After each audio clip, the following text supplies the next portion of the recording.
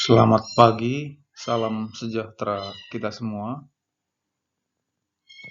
Baiklah, kita akan melanjutkan materi pelajaran kita mengenai analisis regresi ya, untuk metode peramalan melalui alat analisis regresi.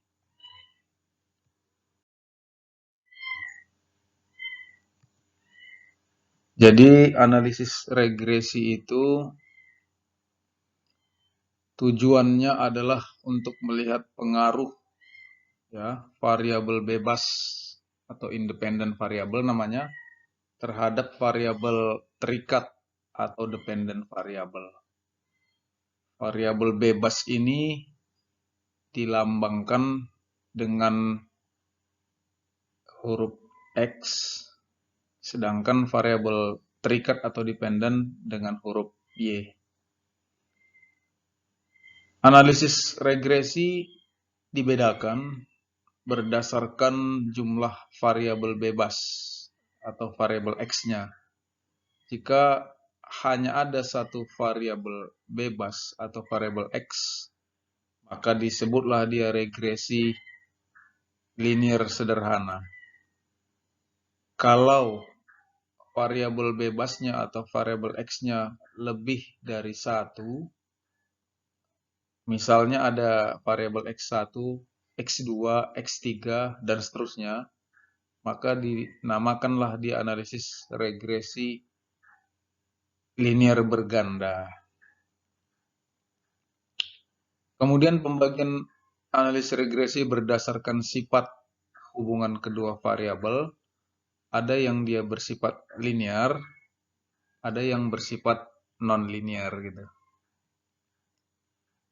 Kemudian lagi berdasarkan skala pengukuran variabel bebas dan terikatnya. Jika variabel terikat ataupun semua variabel bebas itu skala pengukurannya adalah interval atau rasio, maka disebutlah dia analisis regresi standar.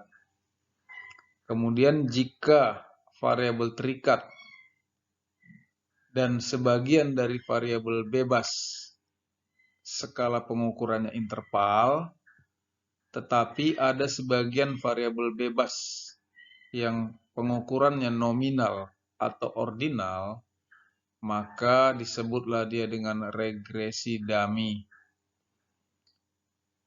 Kemudian, jika variabel terikatnya itu berskala nominal atau ordinal, maka disebutlah dia dengan regresi logistik atau regresi ordinal.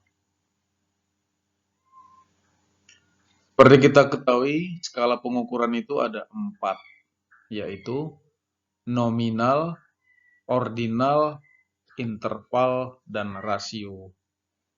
Yang tertinggi itu adalah skala pengukuran rasio. Ya, ini sekedar mengulangi pelajaran-pelajaran statistika ya yang telah lalu.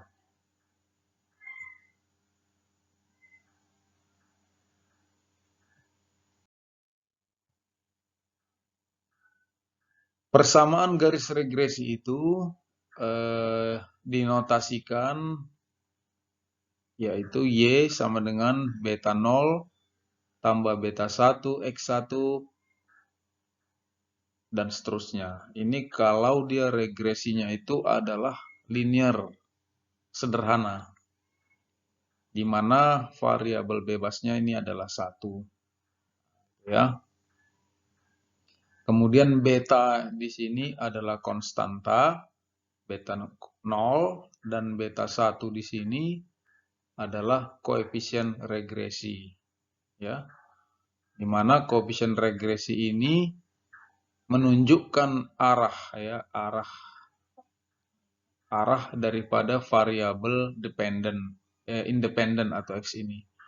Jika koefisien regresinya ini positif, maka variabel independen atau X1 ini berpengaruh positiflah terhadap variabel dependen atau Y. Yang kedua, jika koefisien regresi atau beta 1 ini memiliki tanda negatif atau minus, maka variabel independen atau variabel X1 berpengaruh negatif atau berpengaruh terbalik terhadap variabel dependen atau Y. Sedangkan tanda error ini adalah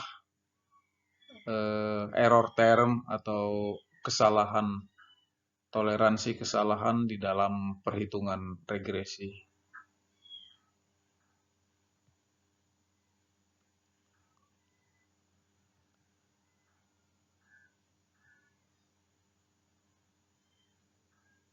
Nah, ini adalah rumus-rumus matematikanya ya. Ini persamaan regresi di dalam sampel. Ini ada lagi persamaan yang diduga. Ini adalah rumus mencari error atau residu. Nah, ini yang saya sebutkan tadi, beta 1 disebut slope atau koefisien regresi dari X, sebut juga koefisien kemiringan. Nah, kalau persamaan regresi ini digambarkan, maka kemiringan daripada garis persamaan itu adalah ditunjukkan oleh koefisien regresi, yaitu beta 1 ya. Makanya karena itu disebut dengan koefisien kemiringan. Sedangkan beta 0 atau konstanta itu disebut juga intercept, yaitu titik potong terhadap sumbu Y. Atau bisa juga dijelaskan menjadi dugaan Y apabila X sama dengan 0. Jika X sama dengan 0, maka Y adalah sama dengan konstanta atau beta 0 ya.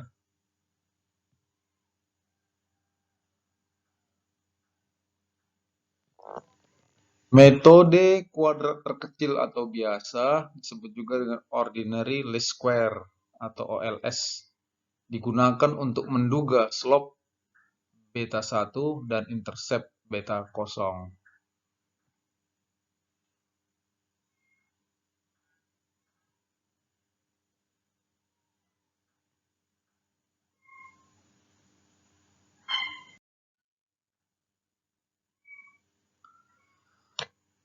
Regresi berganda atau multiple regression yaitu apabila independent variabel yang dianalisis lebih dari 2. Independent variabel di sini dinotasikan dengan X ya, X1, X2, X3 dan seterusnya. Kegunaannya regresi Urganda adalah untuk melihat pengaruh lebih dari satu variabel bebas terhadap variabel terikat sekaligus dalam satu metode analisis. Kemudian untuk melihat variabel bebas yang lebih berpengaruh terhadap variabel terikat. Memprediksi nilai variabel terikat bila diketahui nilai-nilai variabel bebas. Asumsinya antara lain adalah Y variabel terikat atau E residual mengikuti sebaran normal. Nilai antar variabel terikat saling tidak berkorelasi atau tidak terjadi autocorrelation.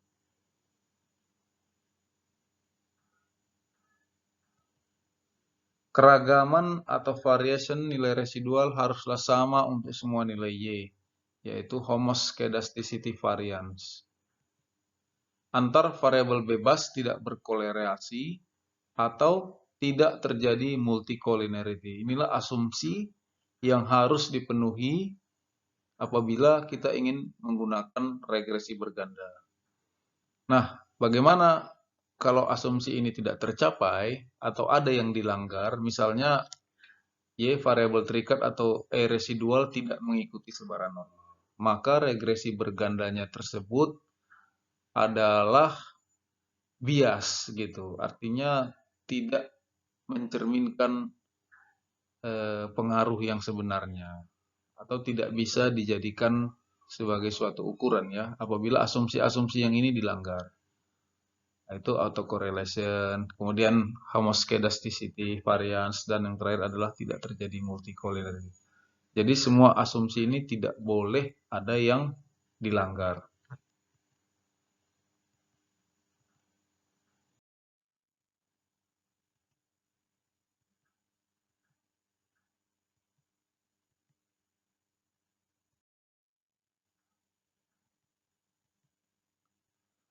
Langkah-langkah dalam uji regresi yaitu terdiri dari dua macam hipotesis. Yang pertama uji model keseluruhan atau uji F. Nah, ini kalau regresi berganda ya. Kalau nilai independen variabelnya atau nilai X-nya itu atau variabel X-nya itu lebih dari 1. Sini diperlukan dia uji model keseluruhan atau uji F atau disebut juga uji serentak. Kalau variabel bebasnya lebih dari 1. Ada X1, ada X2, X3, dan seterusnya.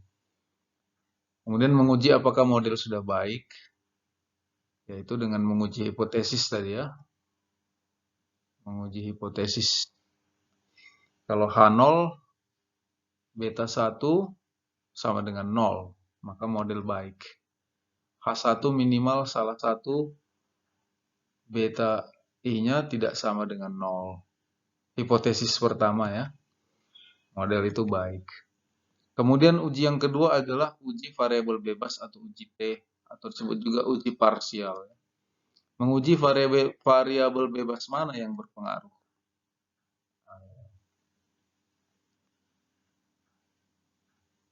Jika beta satunya sama dengan 0, maka itu hipotesis awal ya, maka variabel X1 tidak berpengaruh. Jika hipotesis yang kedua, jika variabel beta satunya tidak sama dengan 0, maka variabel X1-nya adalah berpengaruh. Demikian selanjutnya untuk semua variabel.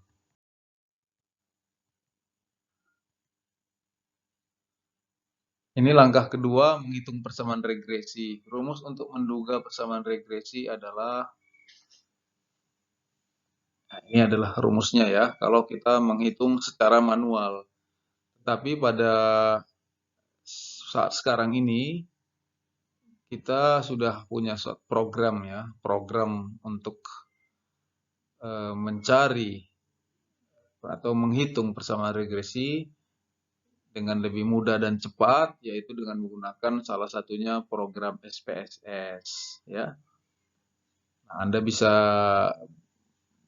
baca ataupun buka video mengenai cara menggunakan SPSS untuk menghitung persamaan regresi.